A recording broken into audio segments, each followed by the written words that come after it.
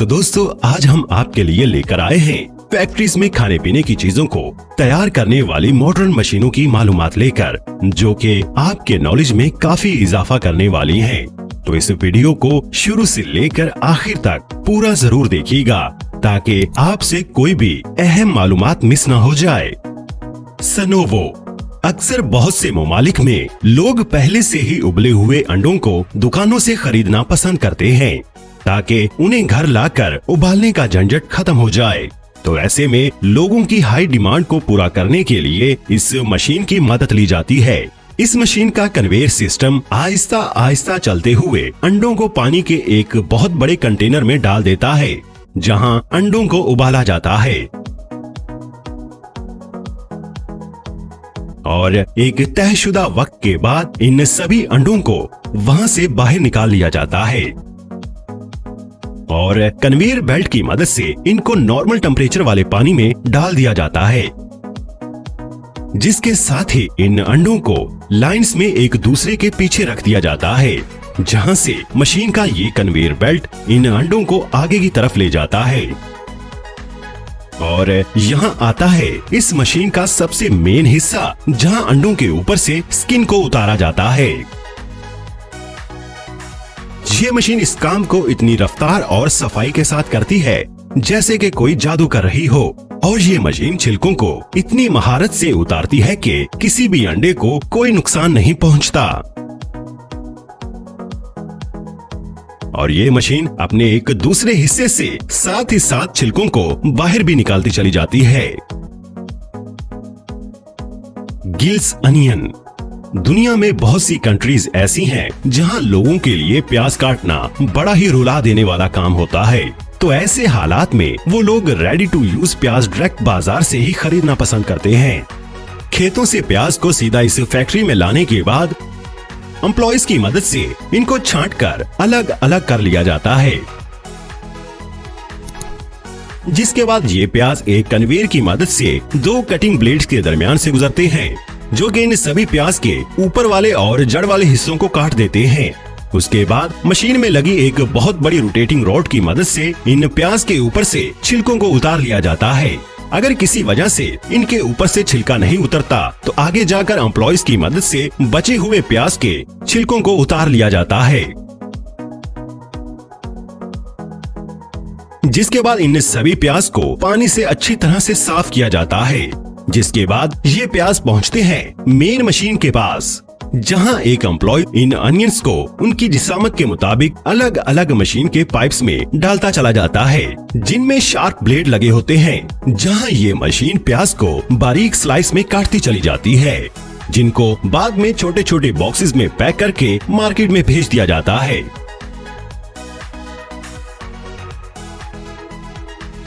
यहाँ पर इस फैक्ट्री में प्याज को सिर्फ स्लाइस ही नहीं किया जाता, बल्कि इनको दूसरी मशीनों की मदद से बारीक बारीक भी काट लिया जाता है और पैकेट्स में पैक करके बाजार में भेज दिया जाता है।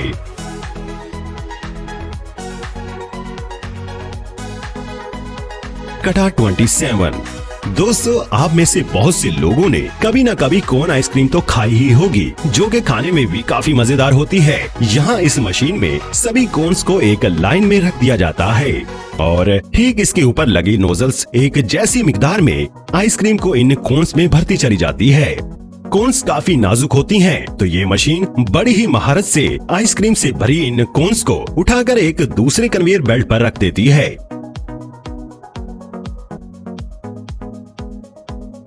जिसके बाद इनको -10 डिग्री तक ठंडा किया जाता है। सिर्फ यही नहीं, ये आइसक्रीम मेल्ट होकर यहाँ वहाँ न गिरे, इसीलिए ठंडा करने के बाद इनको उल्टा करके इनका टेस्ट किया जाता है, ताकि किसी भी किस्म की कमी किसी भी कोन में न रहे, और आखिर में इनको पैक करके हम और आप तक भेज दिया जाता है।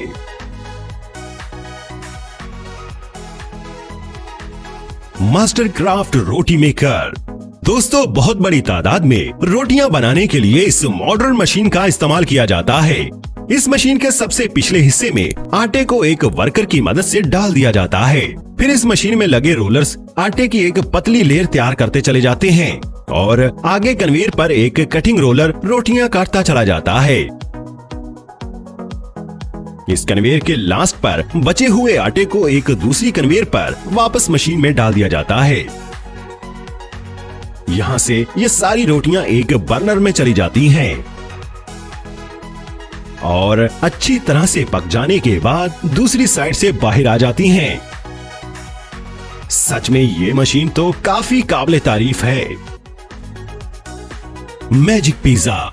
बहुत से लोग पिज्जा खाना बहुत पसंद करते हैं और बहुत से ममालिक में लोग हल्की फुल्की भूख को मिटाने के लिए स्नैक्स नहीं बल्कि पिज्जा खाना ही पसंद करते हैं। यहाँ इस मशीन में आटे के डो तैयार करने के बाद ये मशीन उसको बड़े ही शानदार तरीके से फैलाकर गोल शेप देने का काम करती है,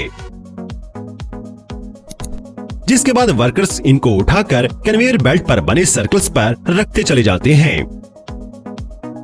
इसके बाद मशीन का अगला स्टेप आता है जहां मशीन रेड सॉस को इन पर डालती है और उसके बाद इनको कन्वेयर बेल्ट पर लगे बर्नर की मदद से पकाया जाता है, जिसके बाद वर्कर्स मुख्तलिफ किस्म की टॉपिंग को इसके ऊपर सजाते चले जाते हैं, जिनको बाद में पैक करके मार्केट में बेचने के लिए भेज दिया जाता है। Grand foods corporation. यहाँ दरअसल इस फैक्ट्री में इस बड़ी मशीन की मदद से क्राइसेंट ब्रेड को तैयार किया जा रहा है। आटे को मशीन में अच्छी तरह से गूंदने के बाद उसे एक लंबी कन्वेयर बेल्ट पर बिछा दिया जाता है। साथ ही साथ इस आटे को ट्रायंगल शेप में काटकर 3 अलग अलग लाइंस में इकट्ठा कर लिया जाता है और जब ये ट्रायंगल शेप वाले आटे के टुकड़े आगे पहुंचते हैं तो इनको एक मशीन रोल करके एक खास शेप दे देती है, जिनको एक ट्रे में डालकर पकने के लिए ओवन में डाल दिया जाता है, जिससे निकलने के बाद ये क्राइसेंट ब्रेड बड़ी ही सुनहरे रंग की हो जाती है, जिनको बाद में मशीन के आखिरी हिस्से में पहुंचा दिया जाता है, जहां इनको पैकेट्स में पैक करके बाजार में भेज दिया जाता है। तो दोस्तों आज की वीडियो में बस इतना ही। अगर ये वीडियो आपको पसंद आई हो तो इस वीडियो को लाइक जरूर कर दें और आपको इनमें से कौन सी मशीन ज्यादा अच्छी लगी हमें कमेंट में जरूर बताइएगा। और अगर अभी तक आपने दूरबीनी को सब्सक्राइब नहीं किया तो दोस्तों सब्सक्राइब कर ले। बहुत शुक्रिया।